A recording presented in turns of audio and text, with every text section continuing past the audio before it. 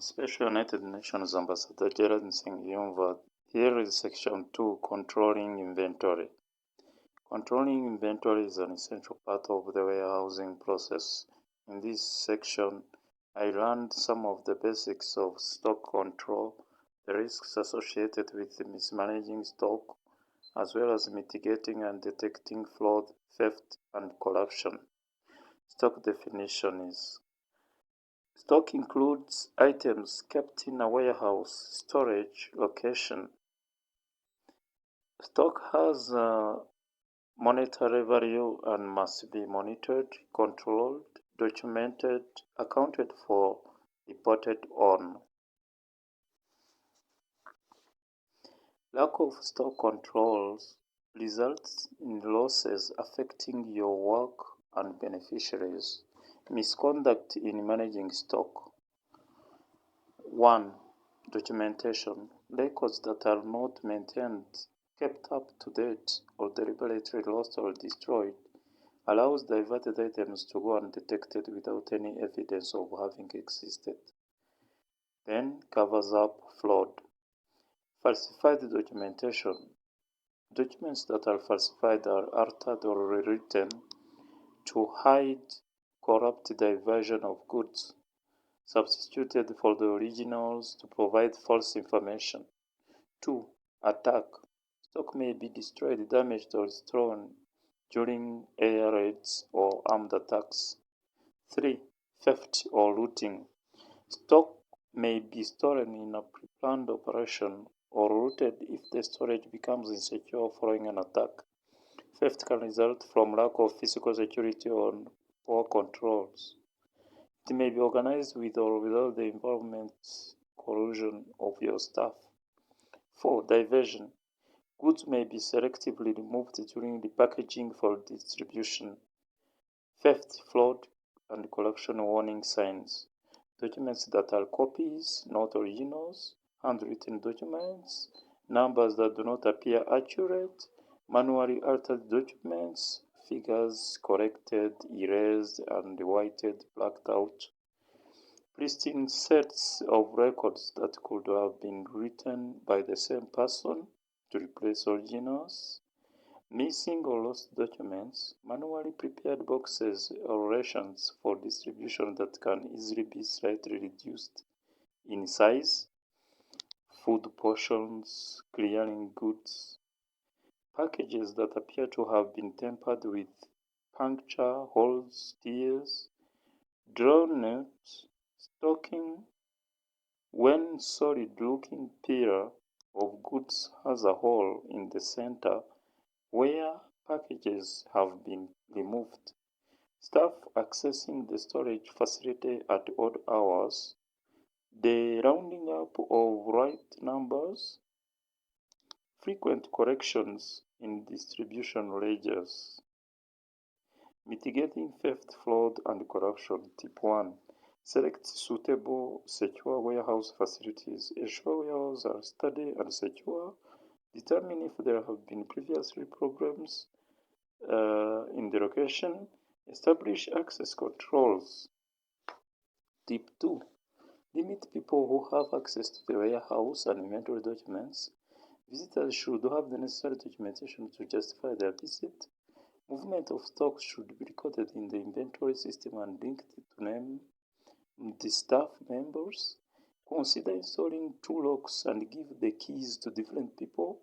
Monitor temporary staff or volunteers used for handling supplies. Train staff in procedures. Have zero tolerance towards corruption. Tip 3. Use a formal documented system to inspect and track goods. Keep records of quantity, quality, type, and location of goods. Use formal procedures to record the arrival and dispatch of goods, physical and visual examinations by weight, volume, and numbers that are cross-checked with the paperwork. If repackaging, record the total weight of goods before and after repackaging, allowing for differences in packaging weight. Formally certify any loss or damage of goods. If it's not possible to weigh every sack of package, weigh a comprehensive random sample.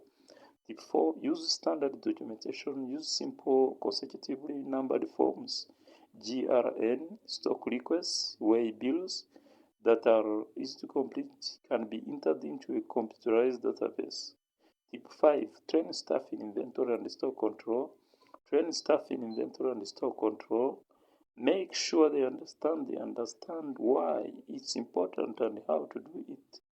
Tip 6, separate key duties. Make different staff responsible for receiving, storing, and dispatching goods. No one person can control the movement of goods. Designate a split person for authorization of disposal, write-off of inventory items. Give staff written job descriptions. Have staff sign a code of conduct.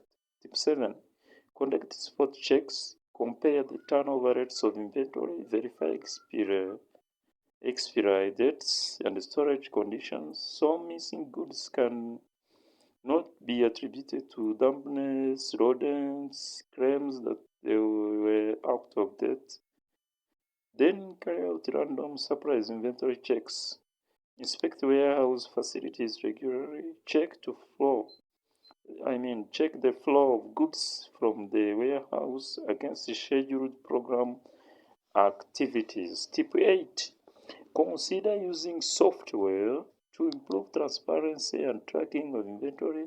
This helps match inventory identification labels with packing risks and storage records and provide greater accuracy, transparency, and control. These systems track stock using special barcodes, other labeling, magnetic strips. Labels can be printed in the warehouse, receiving or processing area if electricity is available. Provide adequate security for inventory records. That is tip 9. IT-based records system must have password protection, restricted access for entering, changing data. Physical records system must be stored in a lockable metal cabinet to prevent tampering or alteration. Staff responsibilities: protect stock to minimize damage or losses, clean and maintain the warehouse or store, control access to the warehouse, control the receipt, storage, and issue of stock, update the warehouse register and stock cards daily and upon stock movement, maintain and file necessary documents in an accurate and finally timely manner.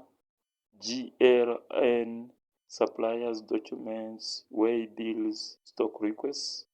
Maintain stock levels and properly rotate stock as required to ensure first in, first out perishable items. Guidelines for receiving goods. Check goods against the purchase order or contract. Check the quantity and type of goods against the supplier's delivery documentation. Do not sign the supplier's delivery documentation until all incoming goods have been checked. Check that the contents of all boxes, packages are complete. Inspect goods for condition and conformity to specifications of the order. This is done with the originator or program staff. Prepare a goods received notes, GRN. Be sure it is signed at the time of receipt by the supplier and the originator or other program staff. Document errors or damaged goods and add reference details for the corresponding purchase request and contract or purchase order. Send the supplier's delivery documentation. Report any incorrect or damaged goods to the originator and logistics manager. Enter details of the goods in the daily logbook and necessary store cards or similar documents. Segregation of duties to prevent fraud and corruption. Receiving goods. Staff responsible, that is 1, for receiving goods should not have any role in the procurement process. If this is not possible, then the relevant receipt documentation, GRN, should have 2 approved signatories. Issuing goods. Warehouse staff must not release goods without receipt of authorization through a stock request form. 3. Disposing of goods. Goods or inventory needing disposal, damaged or deteriorated, should only be released from storage after receiving authorization from senior staff with the required approval authority. In a large-scale disposal of goods or assets, the approval and method of disposal may be made by a disposal committee. This is the end of section 2. Section 3 is going to be managing inventory. Thanks for listening.